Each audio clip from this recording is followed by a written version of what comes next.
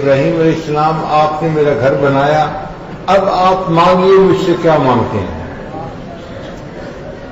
تو وہ بھی اللہ کے خلیل تھے، انہوں نے بھی اللہ سے عجیب دعا مانگی، اے اللہ میں آپ سے دنیا کا مال و منال نہیں مانگتا، میں آپ سے دنیا کا فضل و کمال نہیں مانگتا، اے اللہ میں وہ نعمت مانگتا ہوں جو آپ کے خزانے میں بھی صرف ایک ہی ہے۔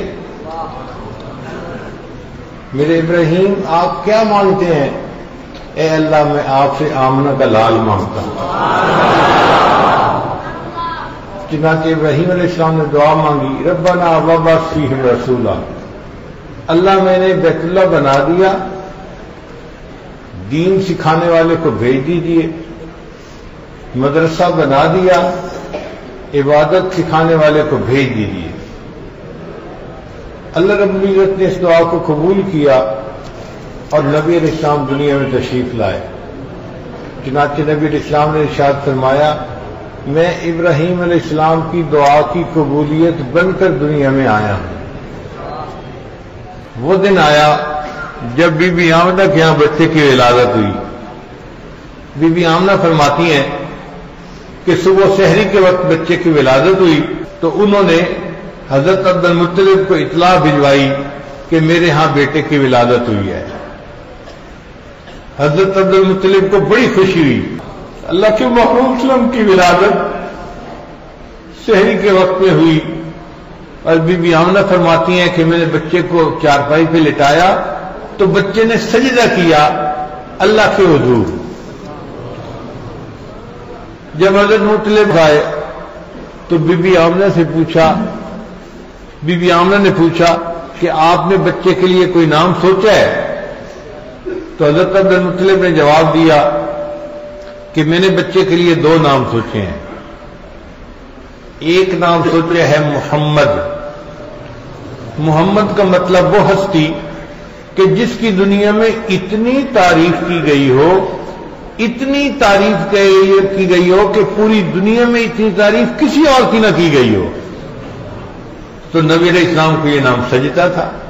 واقعی اللہ کے محبوب صلی اللہ علیہ وسلم کی دنیا میں اتنی تعریفیں ہوئیں، اتنی تعریفیں ہوئیں، مسلمانوں نے تو تعریفیں کی صحیح، انگریزوں نے بھی کی، سکھوں نے بھی کی، ہندوؤں نے بھی کی، غیر مسلموں نے بھی کی، انہوں نے بھی اشعار لکھے، انہوں نے بھی نبی اسلام کے بارے میں نعتیں لکھی، کتابیں لکھی۔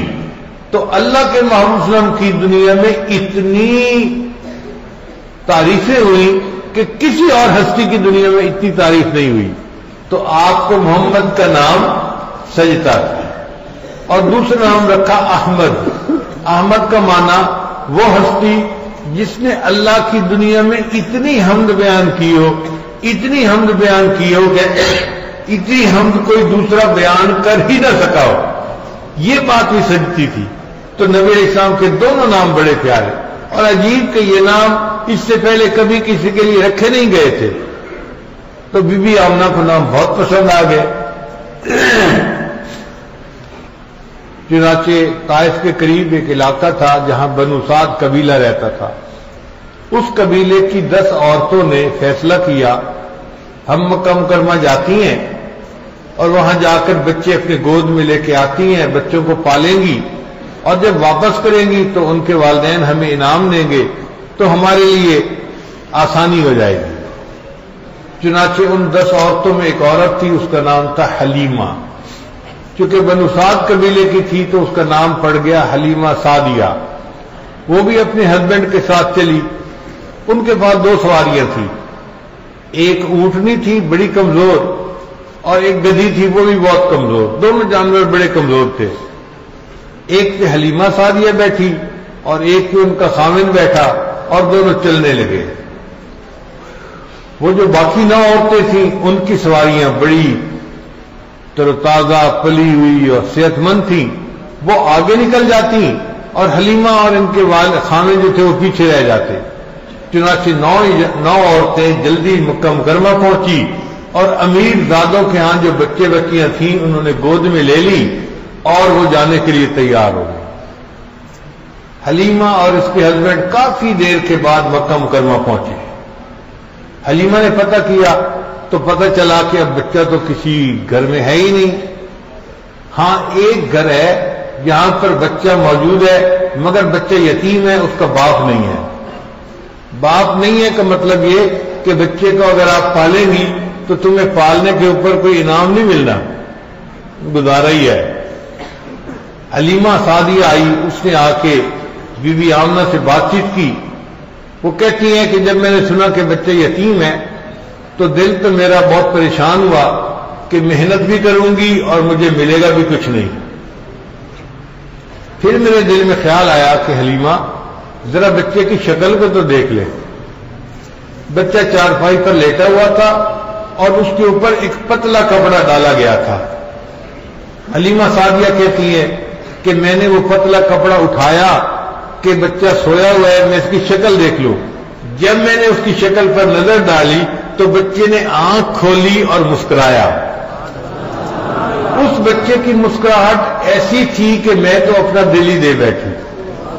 میں نے سوچا مجھے اس کے پرورش پر اور اجرت ملے نہ ملے, بچے کی مسکراہٹ تو مجھے ملے گی نا, میں لے جاتی ہوں بچے کو. چنانچہ آمنہ اپنا بیٹا دینے کے لیے تیار اور حلیمہ بچہ لینے کے لیے تیار. اب حلیمہ مسکرائی جب بچے کو لے لیا تو بی بی آمنہ نے پوچھا حلیمہ آپ مسکرا کیوں رہی ہو؟ حلیمہ نے جواب دیا آمنہ میں نے تو گاؤں کی رہنے والی ہوں, کبھی ایسا خوبصورت بچہ نہیں دیکھا. میں نے تو کبھی گاؤں میں ایسا خوبصورت بچہ نہیں دیکھا. تو بی بی آمنہ نے جواب دیا حلیمہ تم نے گاؤں میں ایسا بچہ نہیں دیکھا, میں تو شہروں کی رہنے والی ہوں, مدینہ بھی رہی مکہ بھی رہی, میں نے تو شہروں میں ایسا خوبصورت بچہ نہیں دیکھا. حضرت عبد المطلب بھی قریب تھے, انہوں نے دیکھا عورتیں باتیں کر رہی ہیں تو انہوں نے یہ بات سنی اور سن کر کہنے لگے حلیمہ تم نے گاؤں میں ایسا خوبصورت بچہ نہیں دیکھا, اور آمنہ تم نے شہروں میں ایسا خوبصورت بچہ نہیں دیکھا, اور میں تو ملکوں کا سفر کرنے والا بندہ ہوں, میں نے تو ملکوں میں ایسا خوبصورت بچہ نہیں دیکھا.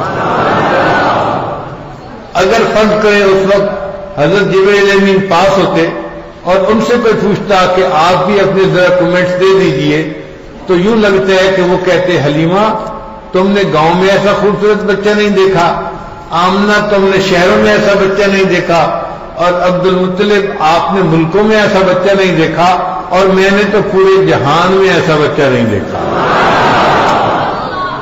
اور اگر اللہ تعالیٰ سے پوچھتے کہ یا اللہ آپ بھی فرما دیجئے, جبرائیل السلام اللہ سے سوال کرتے تو اللہ تعالیٰ جواب دیتے حلیمہ تم نے گاؤں میں ایسا بچہ نہیں دیکھا, آمنہ تم نے شہر میں ایسا بچہ نہیں دیکھا, عبد المطلب تم نے ملکوں میں نہیں دیکھا, اور جبرائیل تم نے پوری دنیا میں ایسا بچہ نہیں دیکھا.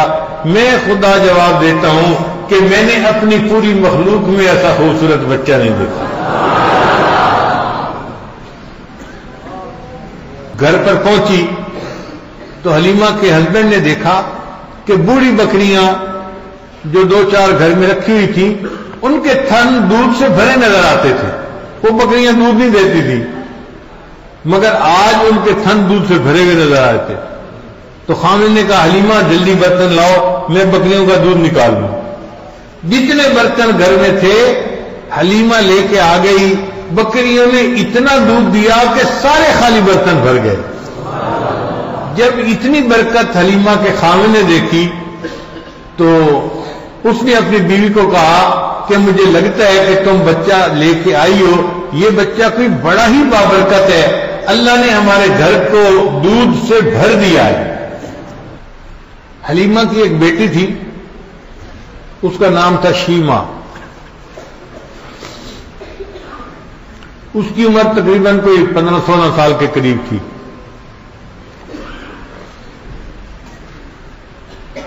اس کے ذمے تھا بکریاں چرانا. چنانچہ وہ اپنی بکریوں کو لے کے روزانہ باہر جاتی تھی اور بکریاں چرا کے واپس لاتی تھی. ایک دن صبح کے 11 بج گئے اور بکریاں چرنے کے لیے نہیں گئیں. تو حلیمہ بڑی حیران, اس نے شیما کو بلایا. شیما اتنا دن طلوع ہو گیا, دھوپ زیادہ ہو گئی، گرمی بڑھ گئی، اور آج تو نے بکریوں کو نکالا ہی نہیں چرنے کے لیے۔ تو شیما نے جواب دیا، امی گرمی بہت زیادہ ہے اور بکریوں کی تعداد بھی زیادہ ہے، اور میں اکیلی ان کے پیچھے بھاگ بھاگ کے تھک جاتی ہوں، میں اکیلی نہیں جا سکتی بکریاں چرانے کے لیے۔ تو ماں نے کہا، بیٹی تیرا باپ بھی بوڑھا ہے اور میں بھی بوڑھی ہوں، بیمار ہوں، ہم بوڑھے لوگ تو یہ کام کر نہیں سکتے، گھر میں تم ہی جوان العمر ہو، تم ہی یہ کام کر سکتی ہو۔ تو شیما نے کہا کہ امی میں اکیلی تو یہ کام نہیں کر سکتی، مجھے ہیلپ چاہیے۔ تو ماں نے کہا، بیٹی تمہاری ہیلپ کون کرے گا؟ امی ایسا کریں، یہ میرے بھائی محمد کو میرے ساتھ بھیج دیں تو میں بکریاں چرا لوں گی۔ ماں نے کہا، شیما کوئی عقل کی بات کرو، یہ چھوٹا بچہ ہے جو ابھی چلنا بھی نہیں جانتا، تم بچے کو سنبھالو گی یا بکریوں کو سنبھالو گی؟ تو اب شیما نے جواب دیا، امی اگر بھائی کو بھیجو گی تو میں بکریوں کو سنبھال لوں گی، اگر نہیں بھیجیں گی تو میں بکریوں کو بھی نہیں سنبھال سکوں گی۔ تو ماں نے ذرا قریب ہو کے پیار سے پوچھا، بیٹی آخر تو مجھے اندر کی بات بتاؤ، مسئلہ کیا ہے؟ تو شیما نے کہا کہ امی ایک دن میں چھوٹے بھائی کو اپنے ساتھ لے کر چلی گئی تھی اور اس دن میں نے 3 باتیں دیکھی تھیں۔ بیٹی کیا 3 باتیں دیکھی تھی؟ امی ایک تو میں پورا دن بکریوں کے ساتھ رہی اور میرے اوپر ایک بادل نے سایہ کیے رکھا، مجھے دھوپ میں چلنے کی نوبت ہی نہیں آئی۔